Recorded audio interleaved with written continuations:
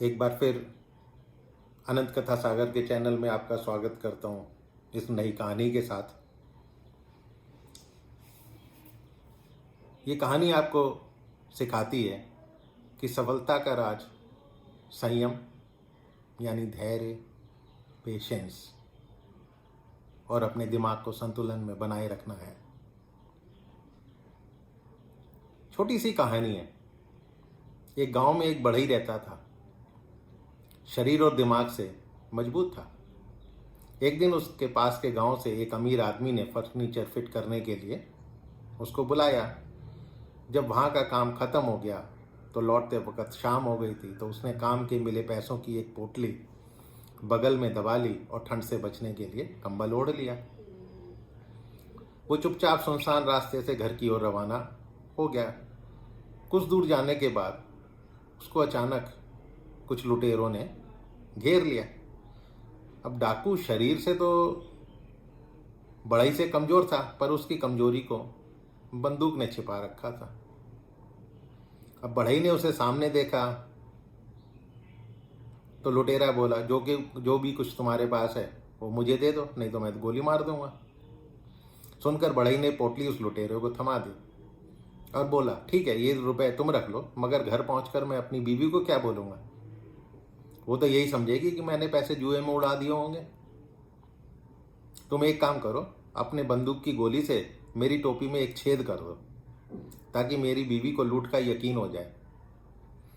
लुटेरे ने बड़ी शान से बंदूक से गोली चलाकर टोपी में छेद कर दिया। अब लुटेरा जाने लगा तो बड़ा ही बोला, एक काम और कर दो जिससे बीवी को यकीन हो जाए कि लुटेरों के गैंग ने मिलकर लूटा हो, वरना मेरी बीवी मुझे कायर समझी होगी। तुम इस कंबल में भी 4-5 छेद कर दो। लुटेरे ने खुशी खुशी कंबल में गोलियां चलाकर छेद कर दिए। इसके बाद बढ़ई ने अपना कोट भी निकाल दिया और बोला, इसमें भी 1-2 छेद कर दो ताकि सभी गांव वालों को यकीन हो जाए कि मैंने बहुत संघर्ष किया था, लेकिन क्या करता, पैसे लुट गए। इस पर लुटेरा बोला, बस कर अब यार, इस बंदूक में गोलियां भी खत्म हो गई हैं। ये सुनते ही बढ़ई आगे बोला, लुटेरे को दबोच लिया और बोला, अबे यही तो मैं चाहता था कि तेरी गोलियां खत्म हो जाएं। तुम्हारी ताकत सिर्फ ये बंदूक थी, ये अब भी खाली है। अब तुम्हारा मुझ पर कोई जोर नहीं चल सकता। चुपचाप मेरी पोटली वापस दे दे, वरना। ये सुनते ही लुटेरे की सिट्टी पिट्टी गुम हो गई और उसने तुरंत ही पोटली बढ़ई को वापस दे दी और अपनी जान बचाकर वहां से भाग गया। आज बढ़ई की ताकत तब काम आई जब उसने अपनी अकल का सही ढंग से इस्तेमाल किया। तो किसी भी प्रकार की यदि मुश्किल हालात आए तो उस समय हिम्मत नहीं हारना चाहिए।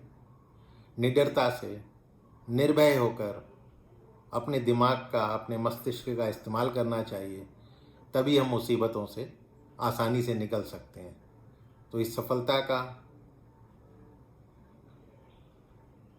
माध्यम क्या है? धैर्य, पेशेंस, संयम। धैर्य धारण करके ही हम अपनी विवेक शक्ति का, अपनी बुद्धि का इस्तेमाल कर सकते हैं। यदि धैर्य खो दिया तो हम कहीं के नहीं हैं। तो मित्रों, ये कहानी आपको कैसी लगी बताइएगा। कमेंट सेक्शन में अपने कमेंट ज़रूर दीजिएगा। अपने बच्चों को सुनाइए और अपने इष्ट मित्रों के साथ इसको शेयर कीजिए। चैनल सब्सक्राइब कीजिए। धन्यवाद।